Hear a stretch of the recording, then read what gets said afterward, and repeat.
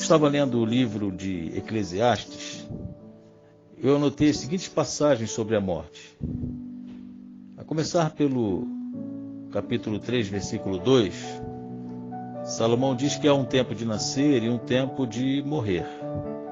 Depois, ainda no capítulo 3, verso 20, Salomão vai dizer que tudo caminha para o mesmo lugar, tudo vem do pó e tudo volta para o pó. Quando chega no capítulo 7, versículo 1, parte B, Salomão diz que mais vale o dia da morte do que o dia do nascimento. E quando chega no capítulo 8, versículo 8, ele vai falar que ninguém é senhor do dia da própria morte e que nessa guerra não há trégua.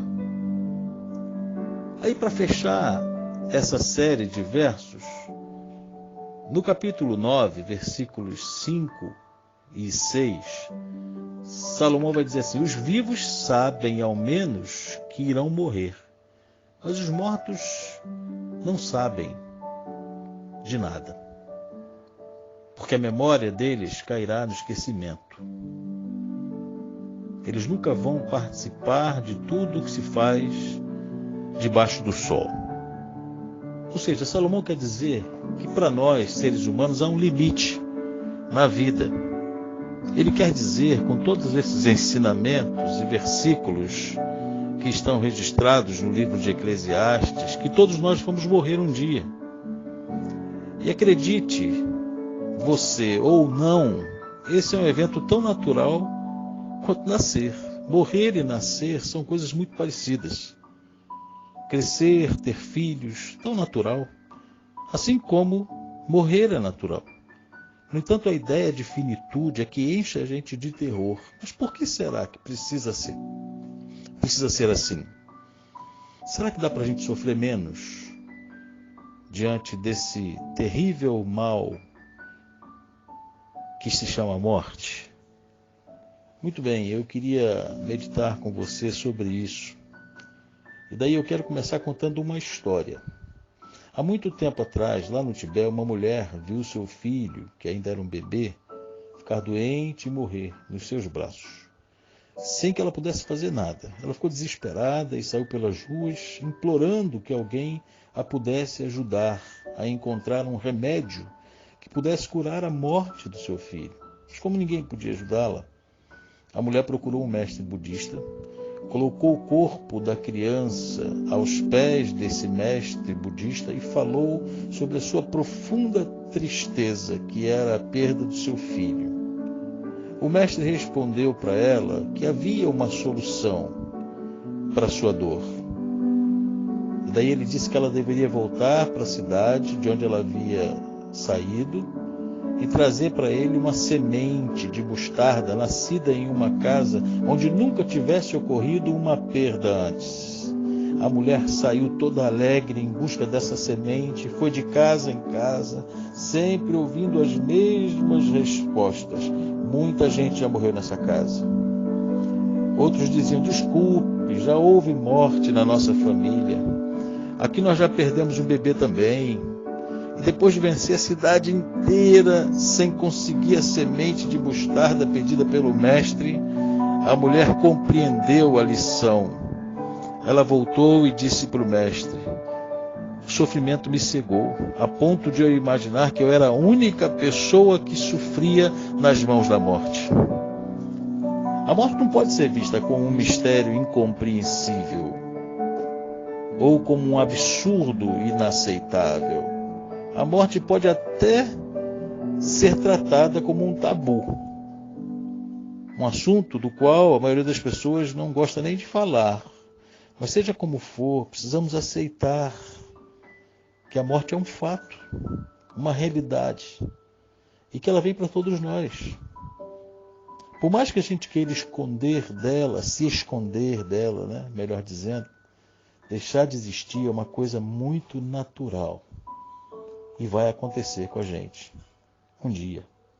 Na verdade, a morte é provavelmente a única coisa mais certa que existe na existência humana. E também, os nossos pais, os nossos filhos, os nossos idosos, os nossos inimigos e amigos, todas as pessoas que nós amamos, mesmo aquelas que a gente nunca teve tanto apego, eles vão chegar a conhecer a morte. É certo que todos nós vamos morrer um dia. Pessoas boas, pessoas ruins. Não tem jeito. Gente do Brasil e do Japão. Esse dia vai acontecer. Pode ser agora, no meio dessa pandemia. Pode ser daqui a 60 anos. Mas ele vai acontecer na vida de todos nós. A morte faz parte da vida. Nós começamos a morrer exatamente no dia em que nós nascemos. Ela é uma etapa da nossa existência. E a gente tem que conviver com isso. É preciso conviver com isso, ou melhor, é melhor conviver com isso, porque não se pode evitá-la. É preciso que a gente aceite essa inevitabilidade da morte. É preciso que a gente olhe para frente. A gente pode até querer negar a morte na nossa família, mas o fato é que todos nós estamos programados para nascer, crescer e morrer. Isso é óbvio. Isso é óbvio. Nós costumamos ver a morte como um evento exclusivo, pessoal, que isola as pessoas que sofrem por causa do seu acontecimento, por meio da dor. Mas na verdade é o contrário disso. Não há nada de exclusivo na morte. Todos vão passar por ela. Não há nada que perpasse mais a humanidade do que o sofrimento de uma perda. Assim como nessa historinha do Tibete que eu contei, a morte não é um privilégio e nem uma desgraça particular de ninguém. Ela chega para todo mundo, sem nenhuma exceção. Salomão disse isso. Há um tempo de nascer e um tempo de morrer. Ele disse que ninguém é senhor da sua própria morte. Não vai ter trégua nessa guerra. E aí, como a gente pode evitar a morte? Não pode. O que a gente tem que fazer é saber conviver bem com ela. Já que ela é tão comum, tão corriqueira, por que ela nos causa tanto medo, então? O maior desejo do homem é a imortalidade. Isso é a fala de uma psicóloga da Universidade de São Paulo, chamada Ingrid Esslinger. Ela está acostumada a atender pessoas em situação de luto. E aí ela diz exatamente isso. O homem quer ser imortal, mas não vai conseguir. A morte é uma adversária que não pode ser vencida. Os avanços científicos e tecnológicos do século XXI, que aumentam a cada dia, a eficiência dos diagnósticos médicos, as técnicas cirúrgicas, nada disso pode vencer a morte. Nós precisamos concordar que ela vai chegar.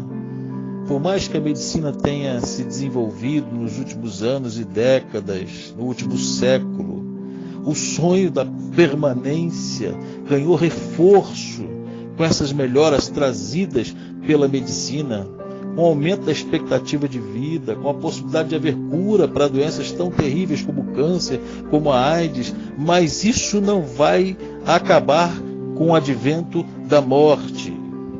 É preciso que nós entendamos que morrem velhos e novos, crianças e adultos. A gente pode até prolongar a vida, mas nem sempre é isso que Deus deseja, e às vezes a gente se vê lutando contra Deus. Parece um paradoxo essa valorização da vida, essa ilusão de uma eternidade nesse mundo. Sabe, é inevitável que a morte vai chegar para cada um de nós, e eu não sei quando e nem como, mas eu sei que ela vai chegar. Nós do mundo ocidental tornamos a morte um tabu. Ela costuma ser escondida das crianças, ela costuma não ser conversada nos papos cotidianos. Tudo que possa lembrar a morte, a enfermidade, a velhice, a gente coloca no canto. Mas isso não muda a verdade de que doentes morrem no hospital. Isso não muda a verdade de que tem uma pandemia acontecendo no mundo atual, que só aqui no Brasil já levou quase 40 mil vidas. E alguns deles são os nossos amigos, nossos parentes, nossos conhecidos, nossos irmãos. E os rituais de luto estão sendo cada vez mais rápidos, pragmáticos, para que ninguém sofra tanto mais com a morte. O medo é natural e todo ser humano sente esse medo. E ele fica em pânico diante da morte. Mas a morte também é natural. E nós precisamos concordar que é preciso aprender a conviver com ela. É preciso entender que ela não é o fim. E agora eu quero trazer uma mensagem de esperança, depois de tanta realidade relacionada à morte. O primeiro passo para você conviver com a ideia da morte é saber que ela não é o fim. A morte não é o fim. Você já sabia que a morte ia chegar para aquela pessoa querida com a qual você conviveu e ela chegou. Em algum momento você se sentiu perdido diante daquela separação. Mas é preciso que você saiba que a morte não é o fim. Isso nos faz pensar que há uma saída para todo esse sofrimento, para toda essa perda que a morte traz para a gente. É preciso saber que em Cristo Jesus nós temos a vida eterna. É preciso lembrar que em Cristo Jesus a morte é só uma passagem desta vida para uma outra vida. O medo da morte não pode ser maior do que a certeza da ressurreição. É preciso saber que em Cristo Jesus a morte não tem mais vitória. Ele tomou a vitória da morte quando ele ressuscitou, depois de ser morto na cruz do Calvário. E a doutrina do Evangelho de Jesus Cristo é a doutrina da vida eterna, é a doutrina da ressurreição. Aquele que crê em mim, disse o Senhor Jesus, ainda que esteja morto, viverá. A negação da morte não vai resolver o problema da morte. O que resolve o problema da morte é a minha espiritualidade, a minha certeza, a minha convicção de que em Cristo Jesus eu também posso vencer a morte. É preciso que a gente enxergue essa verdade. É preciso que a gente tenha essa certeza. É preciso que o Senhor nos faça entender que a morte faz parte da vida e que nós também estamos garantidos na vida eterna ao lado dele. Para encerrar esse tempo de meditação, eu queria que você pensasse comigo que a morte não é uma dor particular. Ela vem para todos. E se você está sofrendo hoje, talvez eu vá sofrer amanhã. Um dia é você, outro dia sou eu. Mas a verdade é que todos nós vamos enfrentar a morte. Que Deus lhe abençoe e que a vida fale mais alto do que a morte. Deus não é Deus de mortos, Deus é Deus de vivos, diz a palavra de Deus. Portanto, creia no Senhor Jesus e você será salvo. E uma vez salvo, você se torna um ser eterno que tem direito à vida eterna ao lado de Cristo Jesus no céu. Que Deus abençoe você em nome de Jesus. Amém. Essa é uma meditação que eu trouxe para o seu coração. Não sei quantos estão ouvindo ou vão ouvi-la, mas eu desejo que ela fale profundamente a você. Eu sou o pastor Antônio Ramos, pastor congregacional. Eu sou conselheiro de um departamento de atividades ministeriais na denominação a qual eu sirvo. Eu sou também diretoria da União das Igrejas Evangélicas Congregacionais do Brasil. E é um privilégio poder transmitir essa palavra de Deus a você. Eu te abençoo em nome de Jesus.